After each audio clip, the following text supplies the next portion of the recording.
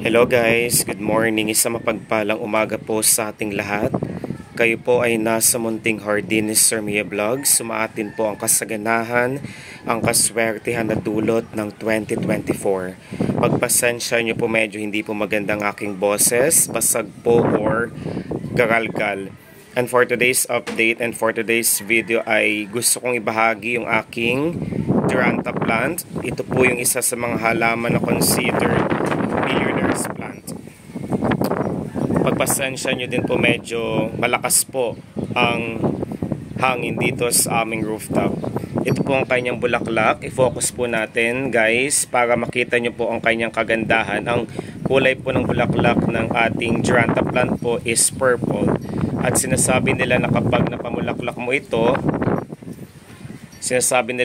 napamulaklak mo ito, is maraming blessing po ang pwedeng pumunta or matanggap po natin sa ating buhay. At hindi nga po ako nagkamali dahil po simula po nung nagkaroon ito na maraming kumpul-kumpul na kulay lila or ube na bulaklak ay hindi ako makapaniwala sa napakaraming blessing na kanyang pwedeng maibigay sa ating buhay.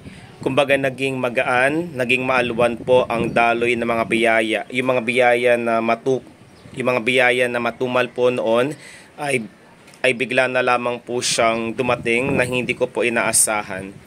Ito po siya. Ito po is napaparami po sa pamamagitan po ng stem cutting. Itong aking Duranta plant po is talagang nag-antay po ko ng 1 to 2 years para po mapamukadkad ko. Isa rin po sa mga sekreto ko kung bakit siya patuloy sa pamumulaklak ay kung magluluto po tayo ng mga putahe na may itlog, yung pinagbalatan po yung eggshells, ay wag na wag po natin siyang tatapon. Bagkus po gagawin po natin siyang pinulbos na eggshells at yun po ang siyang magiging organic fertilizer para sa ating Duranta plant or kahit na ano pang halaman.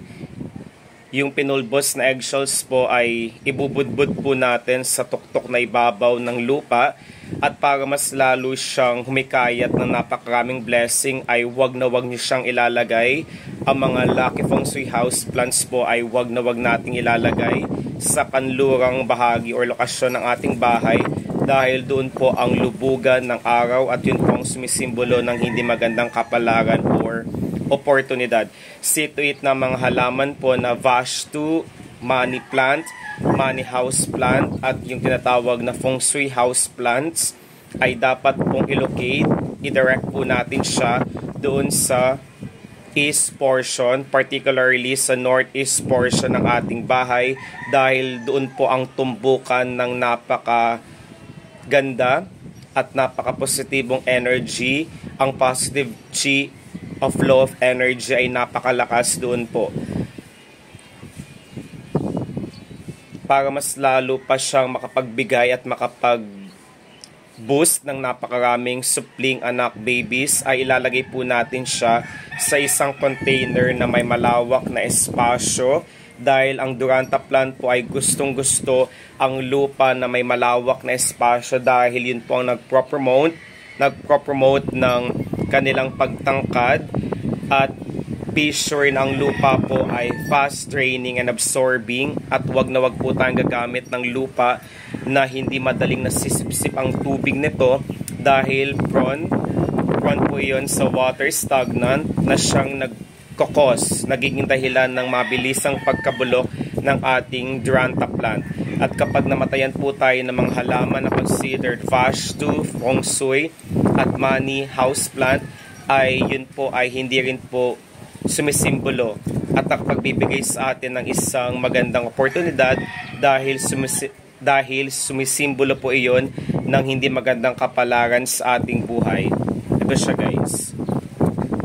Then isa rin po sa mga teknik ko para mapamukadkad natin ito ay see to it na ang tubig po na ating gagamitin po since umuulan naman po this past few days ay hindi po ako nag-atubiling mangolekta ng mga tubig na galing sa bukal or tubig na galing sa kalikasan gaya ng tubig bukal or yung tubig ulan. dahil ang tubig bukal or tubig ulan po ay napakasagana sa mga vitamins at minerals na kinakailangan po ng ating Duranta plant para sa kanyang magandang oportunidad para sa pag-boost ng potential growth at possibility para mamulaklak ito. Ito siya guys, di ba napakaganda po ang kulay ube or lila na bulaklak po, ito po ang sumisimbolo ng kapayapaan